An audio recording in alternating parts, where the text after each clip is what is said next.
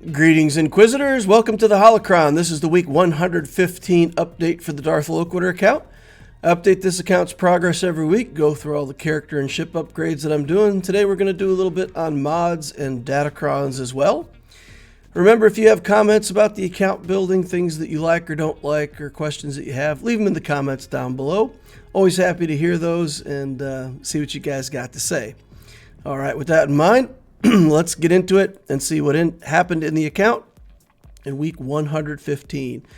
First things first, we agreed with the guild that we were going to build this Kanan to Relic 6 to fill a slot in the new territory battle platoons.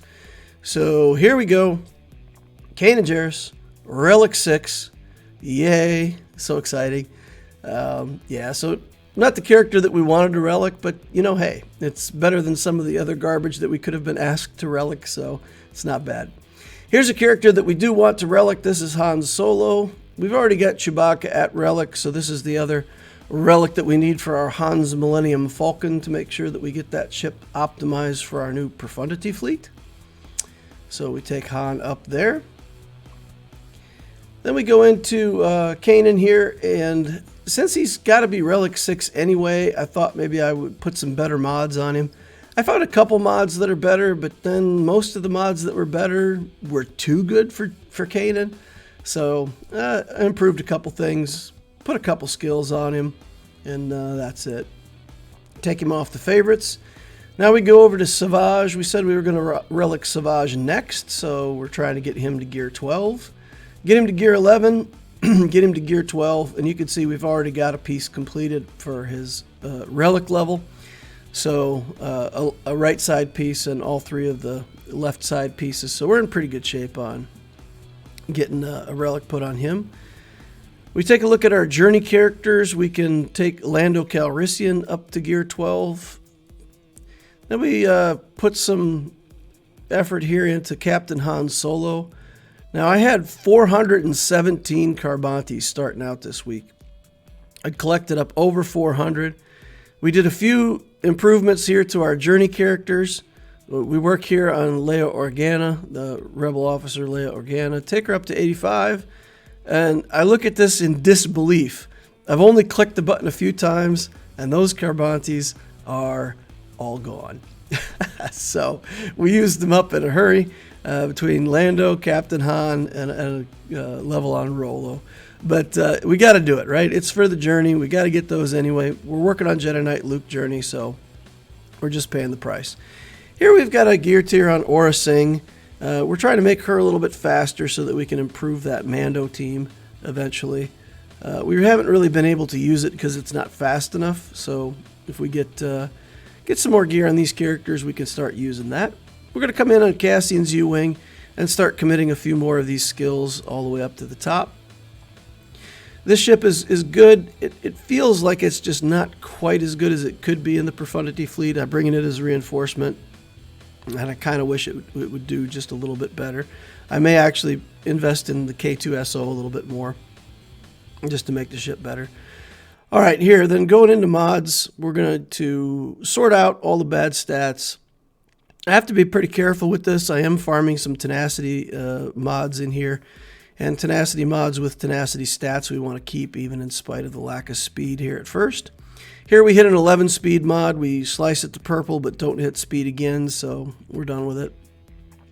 We'll use it somewhere, but yeah, it's not getting sliced anymore. We miss on that one. We take a look at this mod. Get 9 speed. We take it to blue to see if it hits speed again. It doesn't. And we're not going to go to purple for 9-speed mod.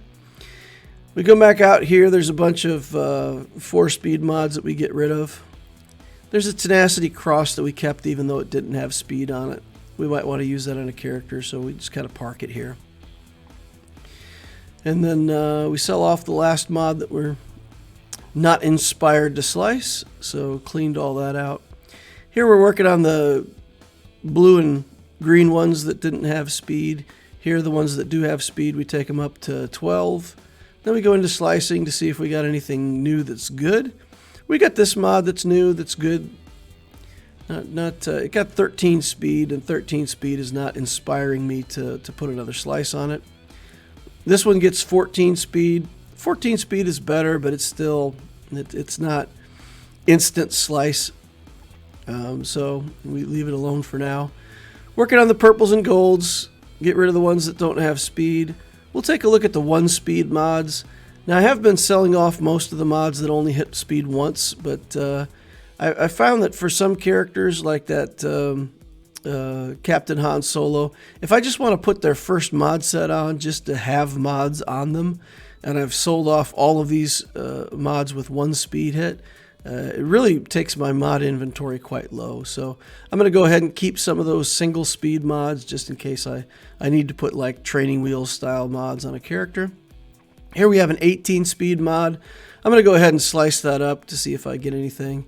And we just get a whole bunch of whiffs. We've got a couple 15 speed mods, but they're not inspiring me to continue, so we leave those alone. Here we've got one. We hit speed. We get 22 speed. Not the best, but hey, it got its 5th hit in speed.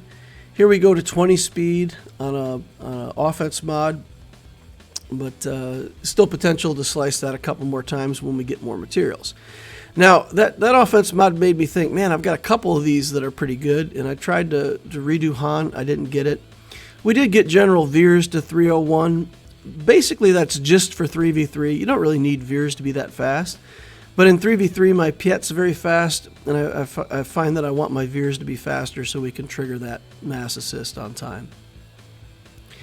Coming back in later, the next day, we'd gotten some Carbantes, and I take a look at this Traya. Everybody's talking about how good this Omicron is, and I can get her to gear 10, and I have the Zeta and the Omicron to put, so I'm going to go ahead and invest that. And we're going to start messing around with her a little bit in Grand Arena and see if we like the results. So there you go. 10th Omicron for the Loquitur account has been applied. We'll upgrade, put the Omega skill onto the Saber Storm, give that a little more damage. We've got Nihilist to gear 11, and we're working on Savage, so I feel like it's okay. We'll find uses for it for sure. Here we're working on our Datacrons. I've got enough resources to take one of these Datacrons all the way up to 9, and probably 1 to 6. At least that's what my calculations looked like. Here we get the skills are kind of all over the place, so the extra stats that we get are a mix of like offense and defense, and it's not really. I'm going to look first and see if I get a better mod that I want to take to 9. So we start another Datacron here. I keep calling them mods. A better Datacron. So here we get the one where a tank is revived. Darkside tank is revived the first time they're killed. So we're going to take this up to 6. And this gives us the droid ally marks an enemy. Take a look at it. It feels like it might be a bounty hunter mod because it's very defensive in nature. Bosk would like all of these defensive stats, so maybe the scoundrel thing is better. I take one more poke at re-rolling it, and really the scoundrel marking is probably the best thing I got there. We continue to work on it. We can take it to level 9. We've got the materials. I look at all the different level 9 things, and this IG88 mechanic is pretty much the only thing that we could have use for on this account. So I figure, what the heck, we'll take it to 9, and we got 1 reroll, and we get IG88.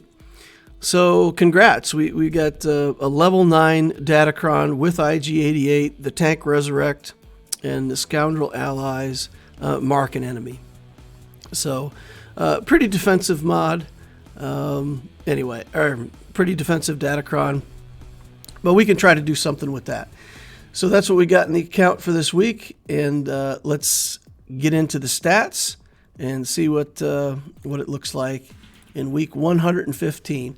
We've improved to 5.6 million GP, another 50,000 we added with 2 relic characters, another Zeta, another Omicron. It's nice. It feels like a good, healthy 50,000 that we added instead of bloat and fluff. 58 relics in the account now, 75 Zetas. The 10th Omicron has been applied.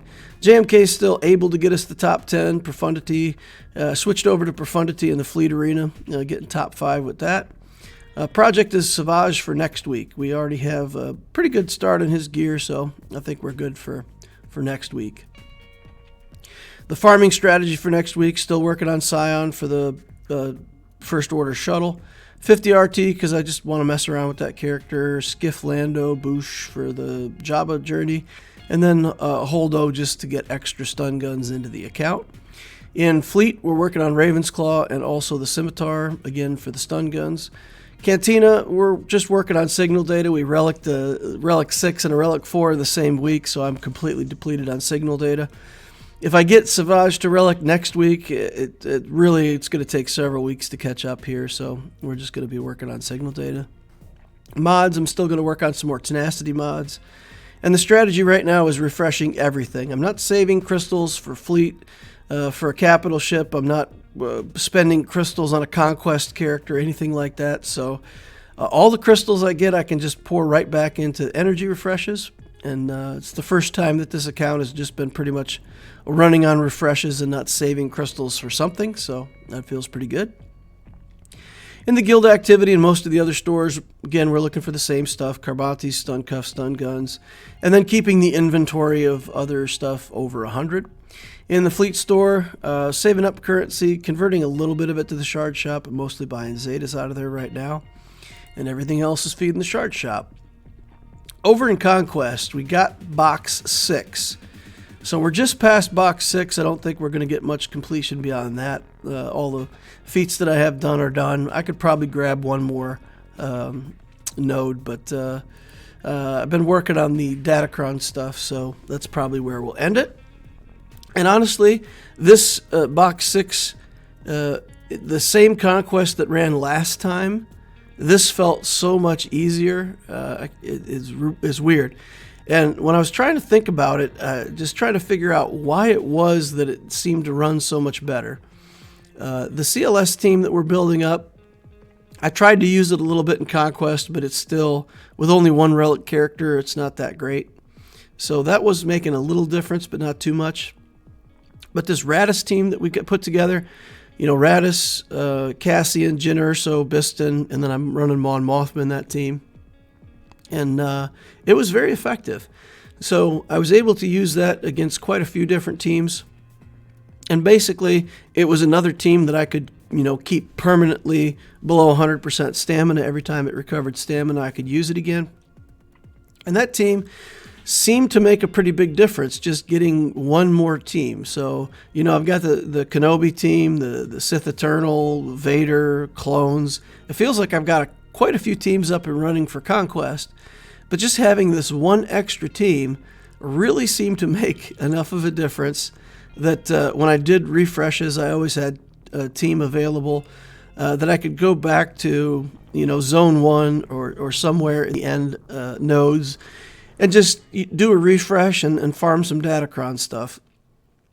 Or maybe farm a little bit more toward one of the feats or objectives. So it didn't feel like I was that stressed out. I did a refresh every day and 2 refreshes some day. I would say, if I had to guess, I probably did 10 a week, both weeks. So a total of about 20 refreshes over 2 weeks. It's about 1,000 crystals that I spent on that. So it was a bit, but like I said, I'm not using them for something else. And I got box 6 and a bunch of stuff for Datacrons. So that felt pretty good. So it feels like that Radis team for this account kind of put it over the top. With Datacrons, 1 round of Conquest on this Datacron set, and we've already got a level 9, 2 6s, and a 3, which is far better than I've done in any previous iteration of these Datacrons. So I feel like, again, just with enough refreshes over there to push my progress and push these refreshes on the Datacron stuff, it feels like a massive amount more progress than before. This Datacron, this is the first Datacron that I've got that I didn't have a character for, and I'm kind of inspired to think about, at least, finishing out this IG88 to the point where I could use it. So for this Datacron to be used, IG88 has to be Relic 7. It has very defensive stats on it. It has some extra crit damage, but overall it's quite defensive. So I was looking at it and I was thinking, what could I do with this? If I did build IG88 up, what would I do with it? And then I hit on this idea of just basically putting the IG88 into a Grievous team. Magna Guard would be the tank, so if the first time Magna Guard would die, he would revive and take advantage of that part of the Datacron. When IG88 hits something, it gets marked because Scoundrel can mark. He's the only Scoundrel in the team, so he would be marking something for a turn. So that's interesting.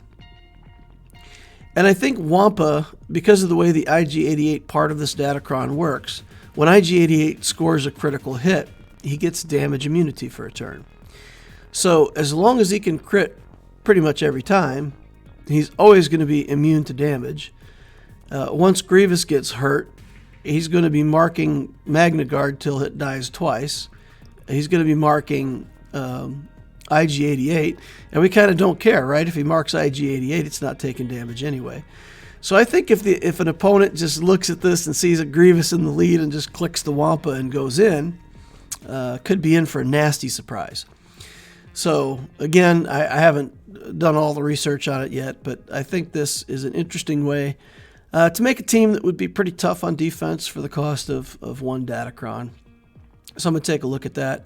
It would mean that I would take IG88 to Relic 7. And there's a lot of other characters that I would probably rather take to Relic 7, like Han and Chewie, for example, building that CLS team. But at the end of the day, it's not horrible, right? Because if we took it to Relic 7, maybe even add the Zeta to this character, all that stuff is going to make the IG2000 ship better. We've got the Executor on this account, so the IG2000's damage dealer, and why not? I mean, it's not bad. So the net effect, if I did this, I don't regret it when the Datacron goes away, because still we've improved the IG2000, and that's not bad. So yeah, it may be worth doing. In 5v5, we could then potentially make a full bounty hunter team, but I don't really have the right characters relic'd to make what I feel like would be a really good bounty hunter team.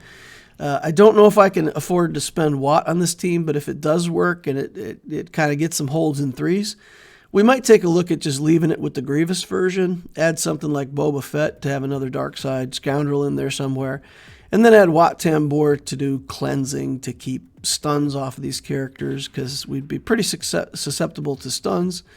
But with Watt in there, it would be pretty annoying, I would think.